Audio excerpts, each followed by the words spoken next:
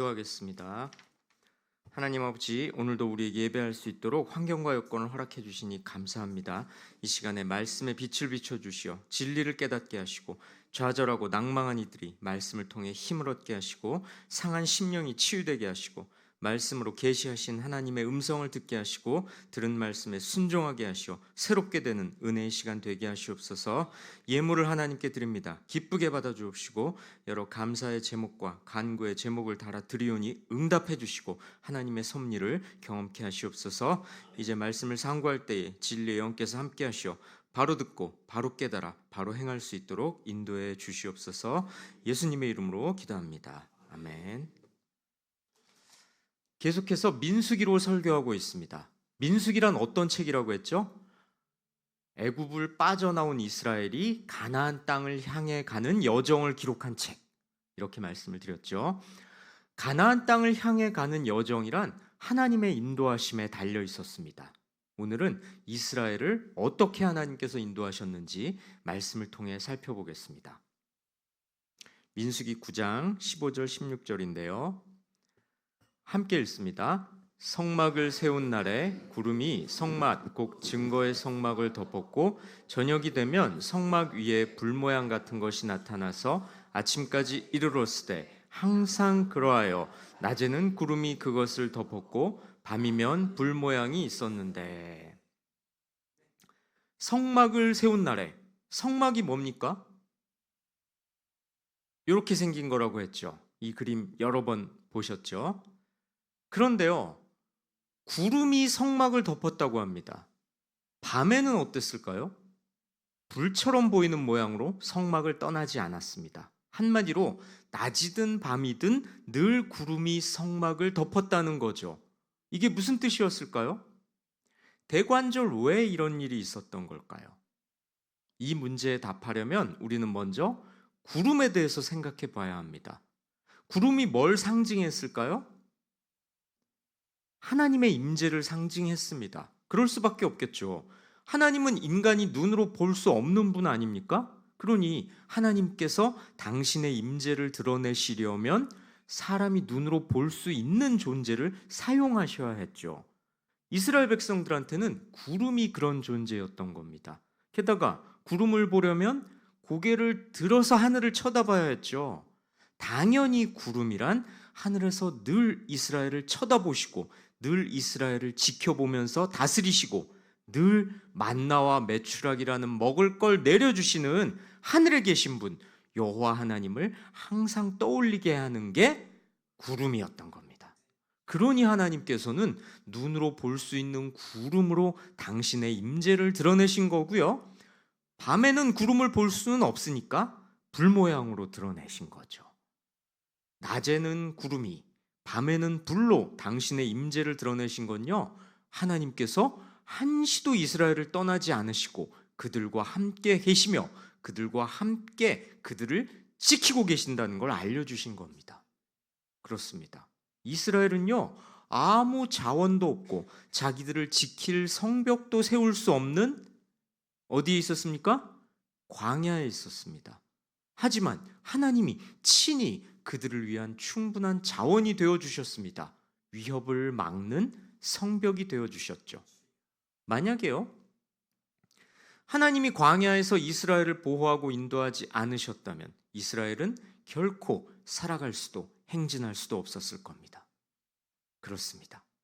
한낮의 뜨거움과 한밤의 매서운 추위 속에서 이스라엘은 무려 누구의 호위를 받은 셈입니까?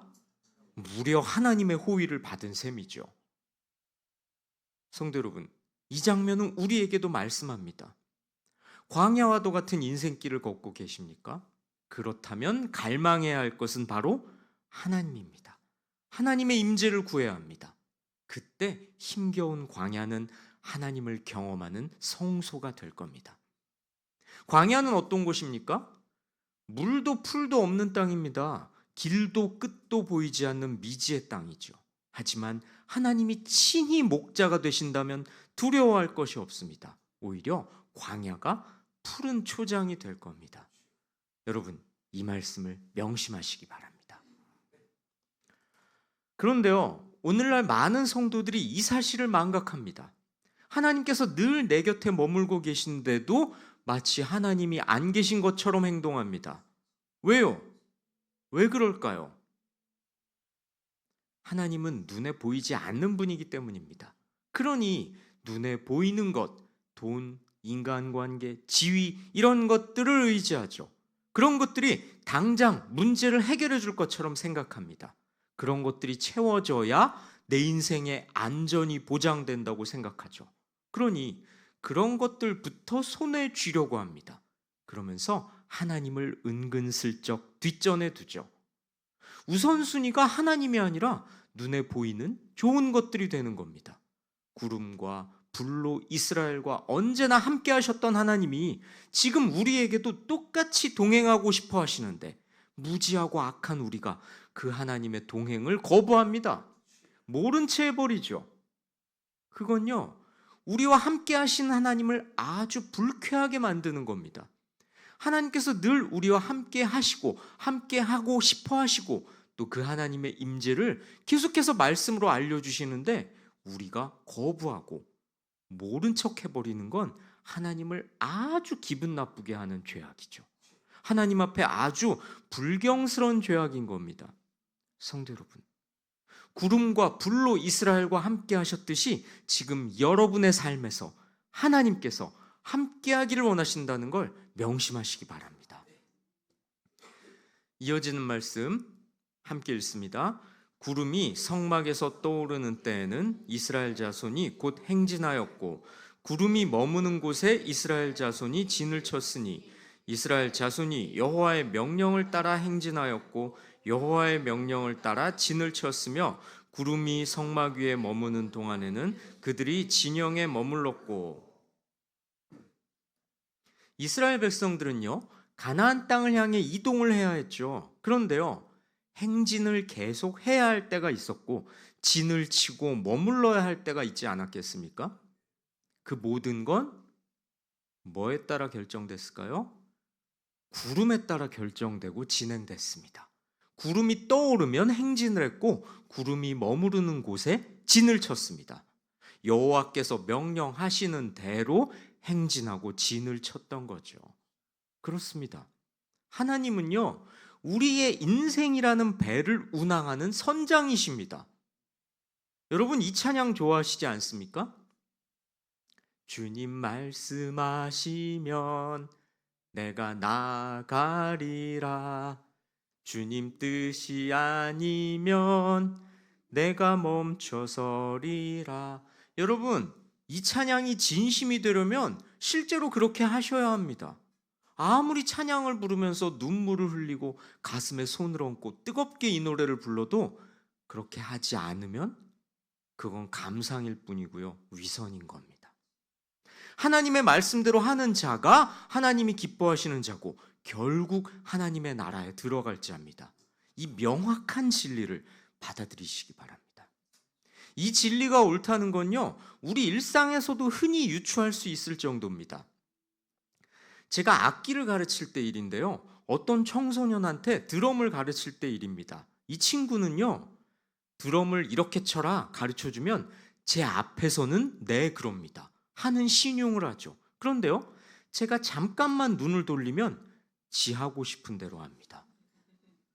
처음부터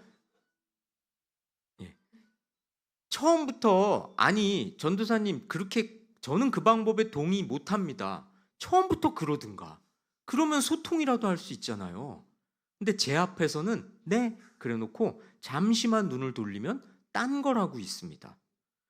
너 왜 그렇게 치니? 내가 이렇게 하라고 했는데. 그러면 실실 웃으면서 그냥 이렇게 하고 싶어서요. 여러분, 놀랍게도 이런 청소년들이 꽤 많습니다. 아니, 이런 말이라도 하면 다행입니다. 그냥 말을 안 합니다. 속 터져 죽을 것 같은데. 그렇죠, 여러분들 아들, 딸 머릿속에 떠올려 보세요. 말 잘 안 하죠? 손주들 그렇죠? 아니, 말이라도 하면 왜 그러는지 알겠는데 말을 안 해요. 그나마 지금 이 사례 속의 이 친구는 그 말이라도 합디다. 그냥 이렇게 하고 싶다니까 뭐. 그런데요, 문제는 그렇게 지 맘대로 하는 애들 중에 잘하는 애를 저는 본 적이 없다는 겁니다. 왜 그 친구가 지 맘대로 했을까요? 도대체 왜 그런 걸까요? 그 친구는. 지 맘대로 하는 게 더 멋있어 보였기 때문일 겁니다. 선생이 가르쳐 주는 방식은 뭔가 고리타분하고 그대로 하면 멋도 없을 것 같고 드럼 남들 앞에서 막 멋있게 쳐야 되는데 그래야 여학생이 이렇게 눈길 한번 지한테 주고 지가 마음에 품고 있던 여학생하고 뭐 이렇게 시도라도 해볼 수 있는데 선생이 가르쳐 주는 방식은 뭔가 좀 따분해 보여. 그리고 시간도 오래 걸릴 것 같아. 그렇게 하면. 지가 하고 싶어 하는 방식이란 뭔가 더 근사해 보이고 빨리 달성할 수 있는 방법 같았기 때문일 겁니다. 그런데요, 그렇게 해서는 절대 잘할 수가 없습니다. 이뤄야 할 목표까지 가지를 못하죠. 우리 인생의 여정도 마찬가지입니다. 지 마음대로 하는 게 더 빨리 가는 것 같고 더 폼나는 인생 같고 무엇보다 그래야 내 만족이 크겠지만 그렇게 해서는 결코 하나님 나라에 들어갈 수 없습니다. 성경이 그렇게 말씀합니다. 우리한테 중요한 건 빨리 멋있게 가는 게 아니라 하나님과 함께 가는 겁니다. 하나님의 인도하심에 내 발걸음을 맞추는 겁니다. 하나님이 말씀하실 때 내 생각을 접고 하나님 말씀 앞에 내 뜻을 꺾는 겁니다. 이어지는 말씀 볼까요? 함께 읽습니다. 구름이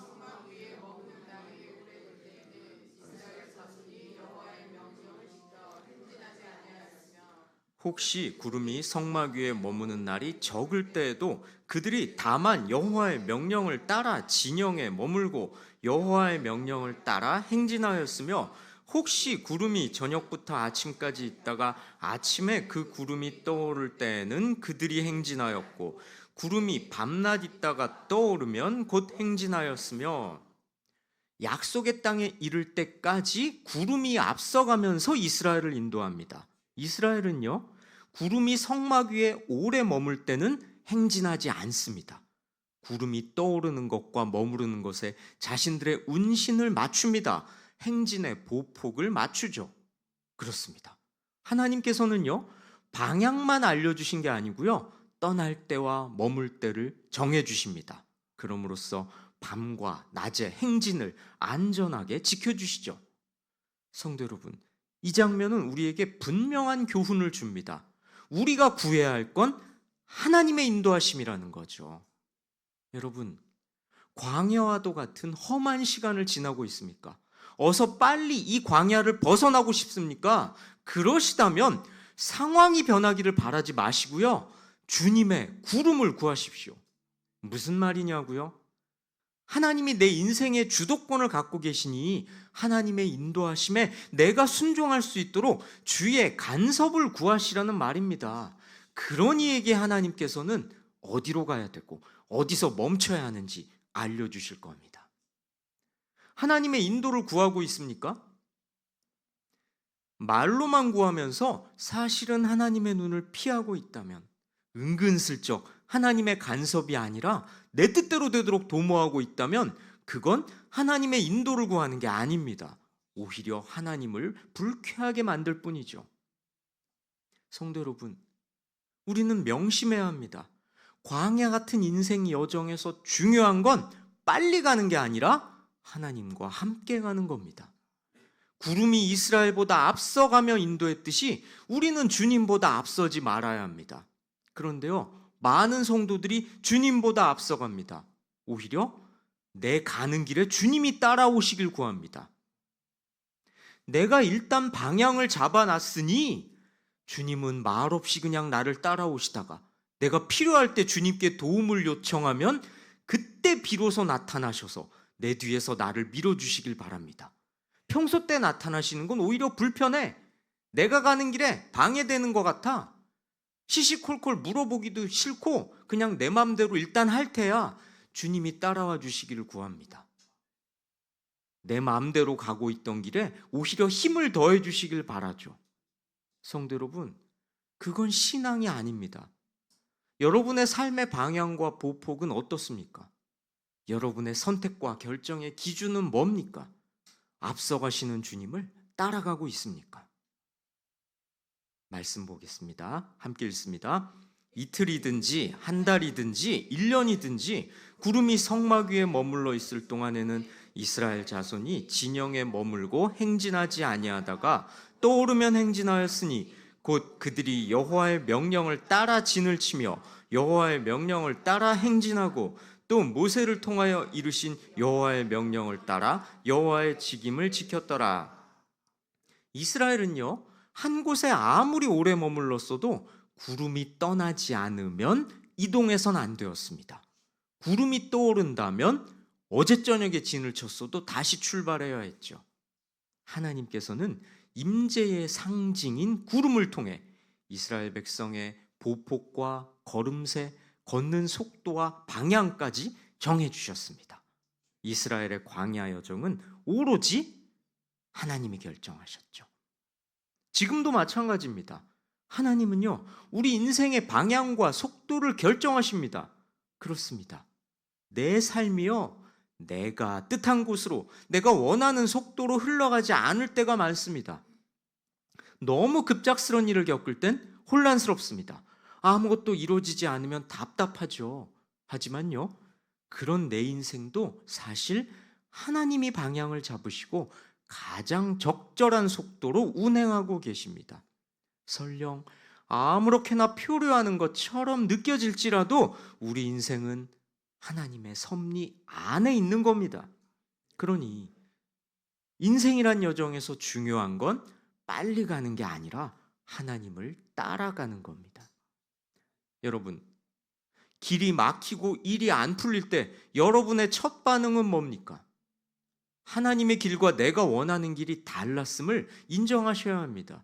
그런데요, 머리로 인정만 해서는 안 되고요, 돌아서야 합니다. 가던 길 돌이키고 하나님이 인도하시는 길로 바꿔야 합니다.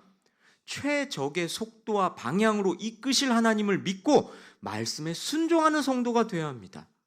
성도 여러분, 주의 말씀을 따라 인생의 항로를 계획하는 순종의 사람 되시기 바랍니다. 지금까지 살펴본 구절들 다시 한번 볼까요? 18절부터 23절인데요. 눈으로 한번 보십시오.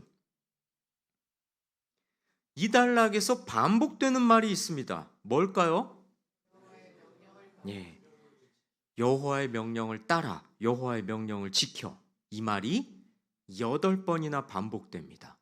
이스라엘은요, 하나님이 지시하신 대로 길을 가고 또 머물렀습니다. 철저히 순종했다는 거죠.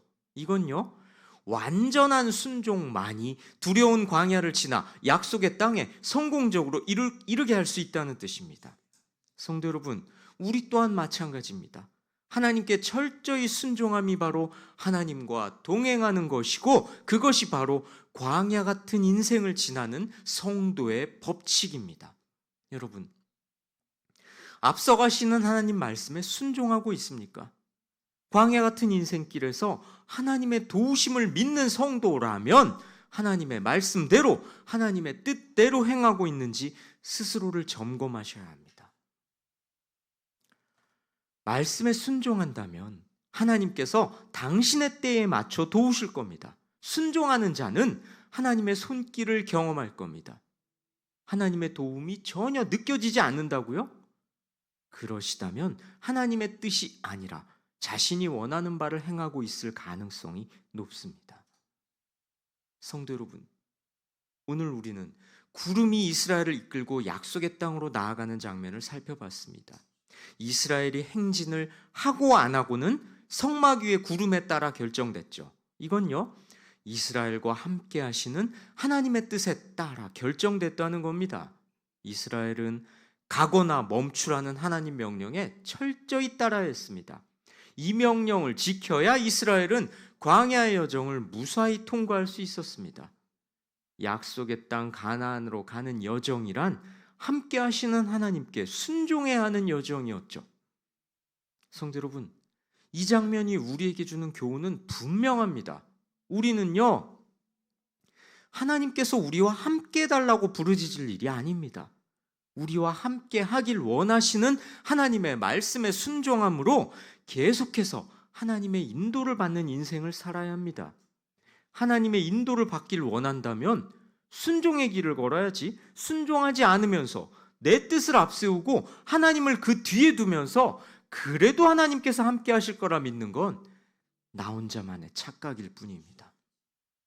여러분, 따지고 보면요, 구름을 따라 이동하고 구름이 머무는 동안만 이동하는 그 이동 방식은 하나님의 명령에 순종하는 훈련이었습니다. 하나님께서요, 이스라엘한테 순종을 가르치신 겁니다. 왜요? 사람이 떡으로만 사는 게 아니라 하나님의 말씀으로 산다는 걸 삶으로 깨닫게 하시려고 그런 거죠. 그러니 우리 인생이란 순종의 훈련이 계속되는 순종학교라고도 할 수 있겠습니다. 구원이란요, 순종의 사람이 되는 겁니다. 하나님의 말씀대로 하는 자, 하나님의 인도를 따라 내 욕망을 하나님의 말씀에 맞춰 걷어내고 버리고 비우는 자, 그런 믿음의 사람과 하나님은 함께 해주십니다. 그리고 마침내 들어갈 영적 가나안, 하늘나라로 인도해 주십니다. 이 말씀을 가슴에 새기시고 광야 같은 세상에서 목자이신 주님의 말씀을 따라 바라가고 바로 가고 주님과 함께 가는 신앙자 되시길 주님의 이름으로 권면하고 축원합니다. 우리 찬양하시고 기도하십시다.